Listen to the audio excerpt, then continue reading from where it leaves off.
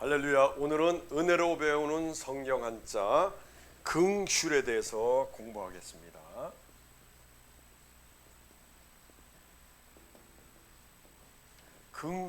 긍휼입니다.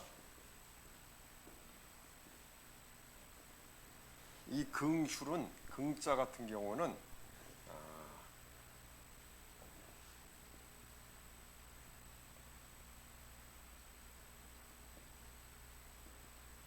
상하고 자루라는 뜻이 합쳐져 가지고 이것을 이제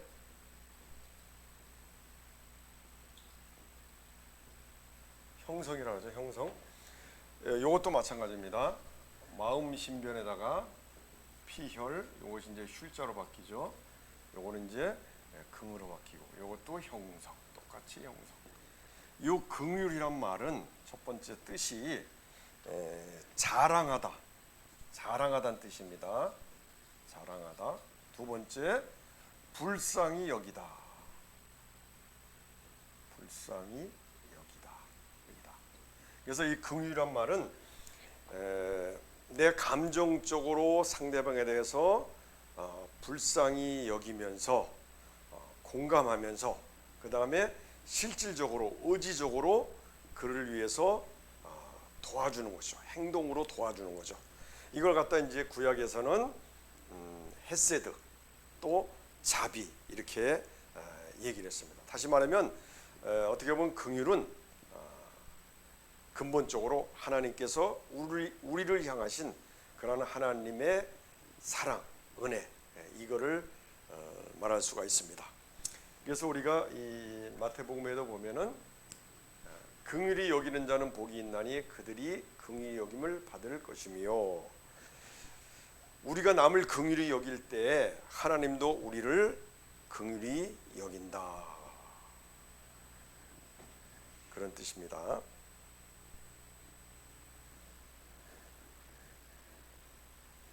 그 다음에 쉴자는 바로 여기서 이제 자랑하고 불쌍히 여기다 그뿐만 아니라 요거는 이제 남을 도와주다. 남을 부휼하다, 불쌍하다 이런 뜻이죠. 자, 그 다음에 이제 다시 말하면 이 긍휼은 그 마태복음의 18장 23절 이하에 있는 것처럼 지금으로 말하면 한 6조의 빚을 진 자가 탕감을 받았는데 바로 나오자마자 자기한테 10만 원 빚진 자의 멱살을 잡았던 사건, 그 비유를 보면 알 수가 있습니다. 그래서 긍휼을 입은 자가 긍휼이 없다면은 그는 긍휼히 여김을 받지 못한다는 것을 여기서 보여주고 있는 것입니다. 자, 그 다음에 이제 이 긍휼이란 단어의 반대 글자가 있습니다. 반대 글자. 그게 뭐냐면은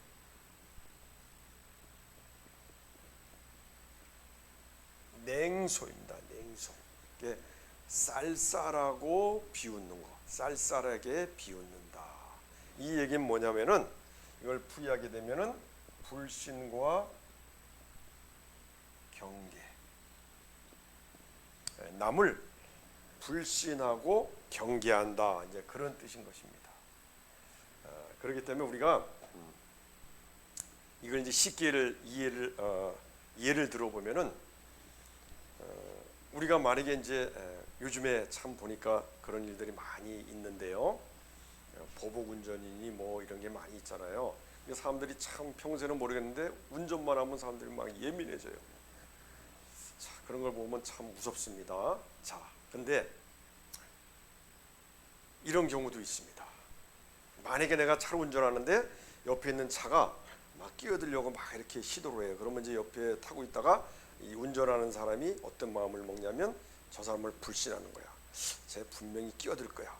끼어들다면 막 갑자기 막 끼어들 수가 있어. 그러면 사고 날 수도 있어. 위험해. 뭐 저런 사람이 다 있어. 이런 생각을 갖고서 경계를 합니다. 그러다가 이제 확 끼어들어와요. 어떤 데는 깜빡이도 안 켜고 들어오는 사람도 있죠. 그러면 이제 막 거기서 분노가 나오는 거죠. 분노가 나오면서 거기서 그냥 사귀는 사람이 있고 아니면 입으로 욕만 몇 번 하고 그냥 이렇게 많은 사람이 있고, 그러다가 또 못 참으면 또 쫓아가서 또 같이 보복을 하고 막 요즘은 그러더라고요. 그걸 공격한다는 얘기죠. 그래서 이 냉소와 그 다음에 분노, 그 다음에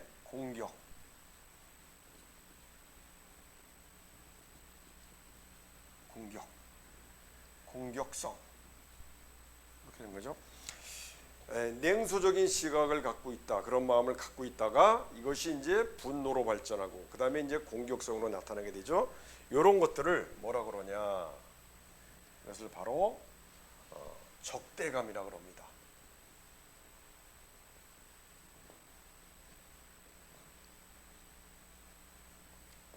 적대감, 적처럼 대한다는 얘기죠. 이제 이런 적대감을 가지고 있다 보면은 사소한 일에서부터 이해하기보다는 적으로 생각하는 거죠. 그래서 이런 적대감이 계속 그 마음속에 남아 있으면은 나중에는 이제 그 사람은 피해의식을 갖게 돼요. 피해의식. 누가 자기한테 잘해줘도 저 사람은 저래서 그런 거 아니야, 뭔가 이유가 있어, 나를 어떻게 이용하려고 그러는 거야, 이런 식으로 피해의식을 갖게 되죠. 그 다음에 어떤 일이 생기면은 자기가 잘못했다고 생각 안 하고 남 탓을 하는 거죠. 남 탓하는 거죠.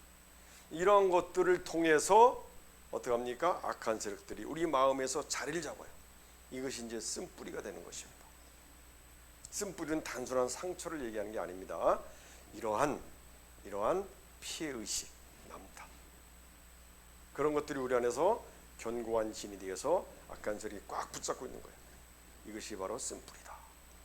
그로 인해서 엄청난 또 많은 내 주변 사람들, 본인뿐만 아니라 힘들게 만들죠. 자, 이러한 적대감.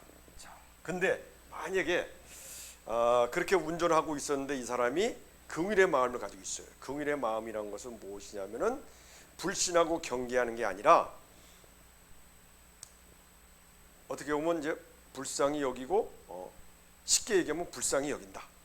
그래서 만약에 저 사람이 옆에 있는 사람이 자꾸 끼어들려고 하면은 뭔가 이유가 있을 거야, 길을 잘못 들었을 거야, 아니면 또 그 상황에서 끼어들었다 그러면 화내기보다는 저 사람이 실수한 걸 거야, 얼마나 급해서 그럴 거야, 이런 여유 있는 마음을 갖게 되면 절대 분노하지 않죠.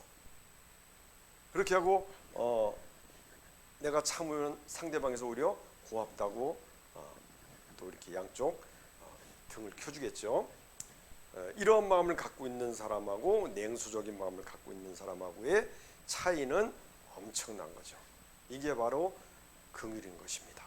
그래서 긍휼은 남을 불쌍히 여기면서 실질적으로 행동으로 내 자비를 베푸는 것이다. 그러면 이제 우리가 이런 생각할 수가 있죠. 아니, 나는 여러 가지로 미약하고 부족하고 공부도 덜했고 돈도 없고 여러 가지 차도 안 좋은 것 하는데 내가 누구를 불쌍히 여기고 누구한테 긍휼을 베풀어 주냐.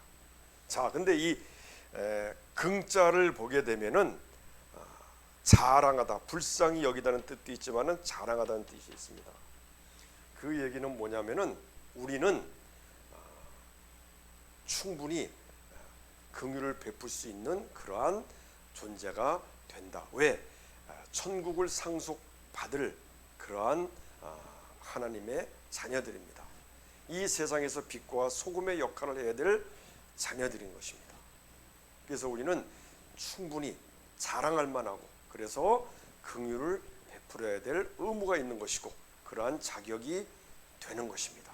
그래서 세상의 빛과 소금의 역할을 감당하고 나를 통해서 다른 사람들이 교회에 나올 수 있게끔 나를 보고서 그런 본이 되어야 되는 그런 의무가 우리에게 있다. 그래서 우리에게 말씀하신 것이 있습니다. 우리가 긍휼을 행하지 않을 때에는 우리에게 긍휼 없는 심판이 있을 것이다. 긍휼은 심판을 이기고 자랑하느니라. 세상이 너무나 각박하고 이기주의가 만연합니다. 예수 믿는 사람들은 이런 삶 속에서 먼저 솔선수범하고 그리고 빛과 소금의 역할을 감당하기 위해서 긍휼의 마음을 가지고 세상을 바라보고 사람을 바라보는 그런 삶을 살게 되시기를 간절히 축원드리겠습니다.